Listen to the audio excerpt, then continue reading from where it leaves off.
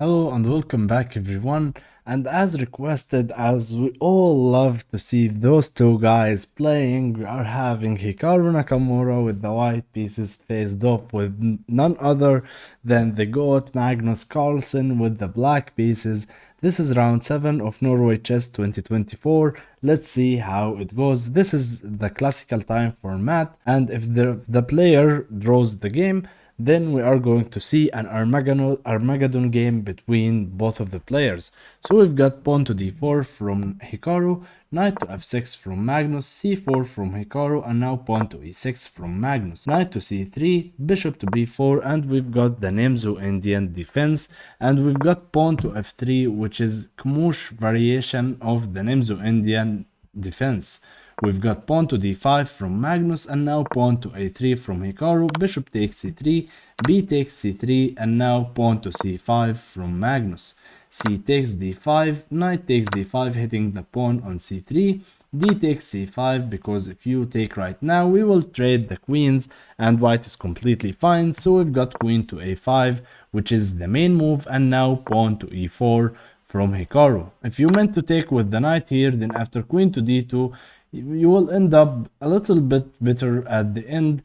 If black is not careful, then he might loses the knight. Next move with bishop to b2, so knight to c6 defending the queen is considered the main move, which after bishop to b2, then there is knight to a4, and the game is considered to be slightly better for white due to his activity. But in the game we've got knight to e7, and now bishop to e3 defending the pawn on c5.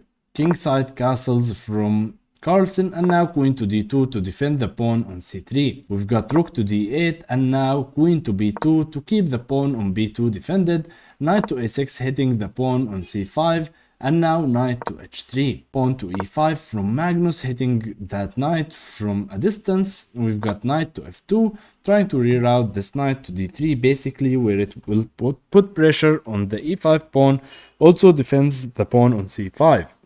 So we've got bishop to e6, and now bishop to d3, and now knight to d3, defending the pawn on c5, also putting pressure on the pawn on e5.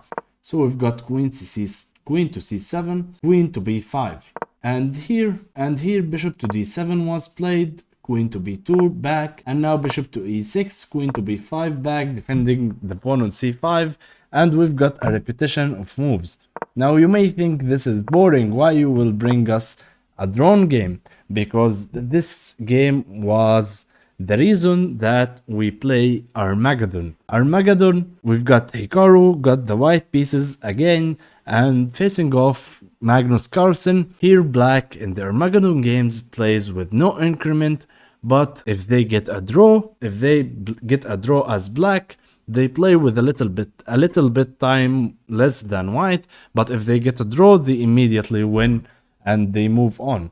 So Hikaru here needs to win no matter what is the outcome. So we've got d4 from Hikaru again, knight to f6, c4, e6, and now knight to c3. Hikaru is offering the same variation with the Nemzo that Magnus played last game, but Magnus said, oh, you know what, okay, we will play Queen's Gambit declined and see how it goes. So c takes d5, e takes d5, Hikaru plays the exchange variation, and bishop to g5. This is considered a main line theory. After bishop to e7 unpinning the knight to the queen, we've got pawn to e3. Pawn to h6 hitting the bishop, bishop to h4, and now bishop to g4 hitting the white's queen. Pawn to f3 kicking away the bishop back, bishop to e6, and now bishop to d3. And now pawn to c5 from Magnus, trying to release off and trying to put pressure immediately on white on the center, because white plays pawn to f3. So we got knight g to e2, defending the pawn on d4, knight to c6, adding up the pressure on the pawn on d4, and now we've got castles from white, castles from black, and now we've got rook to e1 from Hikaru. He's putting his rook on an active line on the middle of the board. So we've got rook to e8 from Magnus, and now bishop to c2. He's making sure that the pawn on d4 is defended, and we've got rook to c8. Like knight to b4 may be a threat right now, So we've got knight to f4 hitting the light square bishop first. We've got c takes d4, and first of all, Hikaru did not capture on d4. And why is that? Because there is knight takes d4 in this position. The idea behind it belongs after queen takes d4, there is going to be bishop to c5, pinning the white queen and winning the game. So Hikaru here took the knight first, hitting the black queen, so black has got no time to take the knight. So we've got f takes e6, and now e takes d4, recapturing with the pawn. And right now, this whole idea of knight takes d4, Magnus in fact played knight takes d4, relying on bishop c5 at the end of the variation.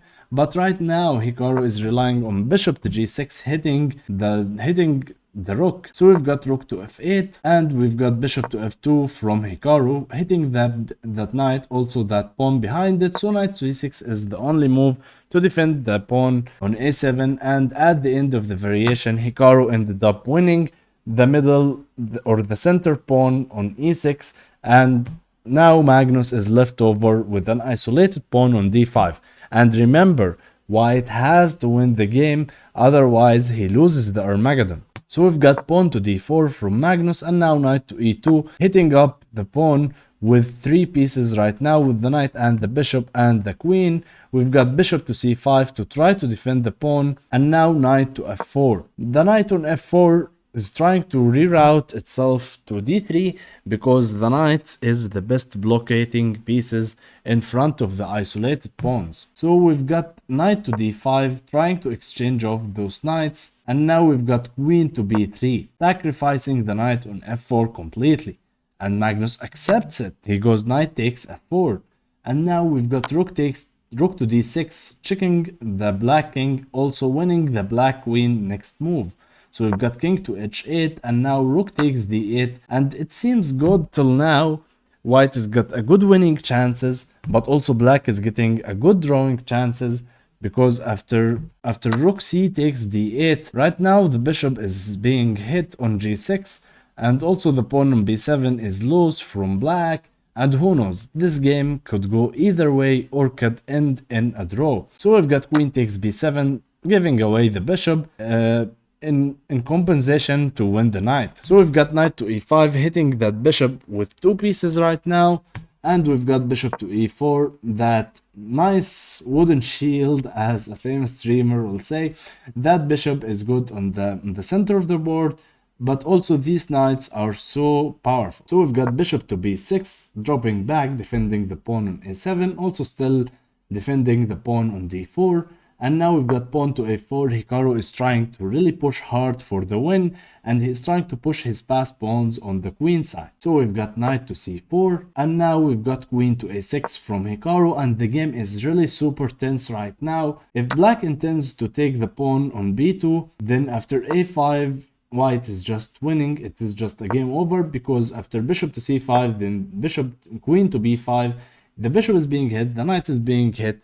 Black will lose a piece, so he will lose the game. So after queen to a6 hitting the knight, Magnus plays knight to d2, hitting that bishop. We've got a5 from Hikaru, hitting this bishop. We've got bishop to c5 back again, and now it is completely tense position. What you do as white? It's so complicated here, and Hikaru picks up his bishop and put it into b7. Like bishop to b7, it is not really an understandable move why he did that, but after all of that, it is a blitz game, and we will find out shortly. We've got knight to b3 hitting the rook on a1, and we've got rook to d1 hitting the pawn on d4 and blockading it. We've got pawn to d3 right now, and bishop c5, knight to c5, forking the white queen and the bishop, and now queen takes a7. And after all the dust settles, white ended up with 2 connected passed pawns on the queen side, but also at the same time, black has got such a strong knight on f4, strong knight on c5, a very strong pawn on d3. So this game still, even though white has got an advantage, it could go the 3 ways. It could, maybe white will win, maybe black will win, maybe it's a draw. We will just find out shortly. So we've got knight takes b7 from Magnus, and now queen takes b7, and now rook f to e8. Magnus is trying to use his passed pawn in addition with his knight defending the e2 square, so this rook will come to e2, the pawn will be pushed, and okay, maybe black is even could win the game. So we've got pawn to g3 and now pawn to d2 from Magnus. The idea behind it is if white intends to take the rook, then after rook to e1, if you traded the rooks, then black will get a queen. So you'll have to move your king, and after it you will lose your rook, and at the next moves rook to g1 check and followed up with d1 equals queen, and black will win the game. So after d2 we've got queen to b4, which is a major blunder from Hikaru. The best move here would have been king to f1 to defend that e1 square, and after knight to d5 rook takes d2, and after knight to e3 king to e1 defending the rook, knight to g2 check, king to d1, and after rook to e1 king to c2, knight to e3 check back again, king to c3 defending, keeping the rook defended, and after rook to c1 check, king to b3. If you take the rook here, then after all of that, then there is queen to a8, and after king h7 queen to e4, and white will pick up the knight. The engine is so crazy, and the engine lines is even more crazier, but this is a blitz game. Come on, who can find this whole variations? So after queen to b4, it is a major problem because black has now got rook to d4. And the idea behind it, you may seem, okay, it's a free rook. It's not, because knight to e2 check forks the white and the white king and queen, and black will win the game. So believe me, it still can go either way. So after all of that, Hikaru says, okay, this is your passed pawn. Okay, take the queen for it. I believe I can still win with these two connected passed pawns. So Magnus, okay, show me. Rook takes d2, rook takes d2, knight to e6, and now pawn to b4 from Hikaru. Hikaru is trying to basically create the win with those two passed pawns. We've got king to g8 from Magnus, trying to bring up the king closer to the queen side to try to defend these passed pawns. We've got pawn to b5 from Hikaru, and now we've got rook to a8 to try to stop these pawns, and also at the same time he's hitting the pawn on a5. Rook to a2 from Hikaru defending the pawn, and now king to f7. We've got king to f2 trying also to develop the king to the center of the board. King to e7 trying to catch up these pawns, and now the match is so heated up. Pawn to b6, now the pawn is coming to b7, and what do you do as Magnus? Magnus plays knight to c5 to defend those two squares, which is b7 and a6, from any push of the pawns, and the pawns are completely stopped. Wait, it may end in a draw, and Magnus will win the Armageddon. Who knows? King to e3 and king to d6, king to f4. Hikaru is saying, okay, I will go and win those pawns, and I am relying on those three pawns to win me the game.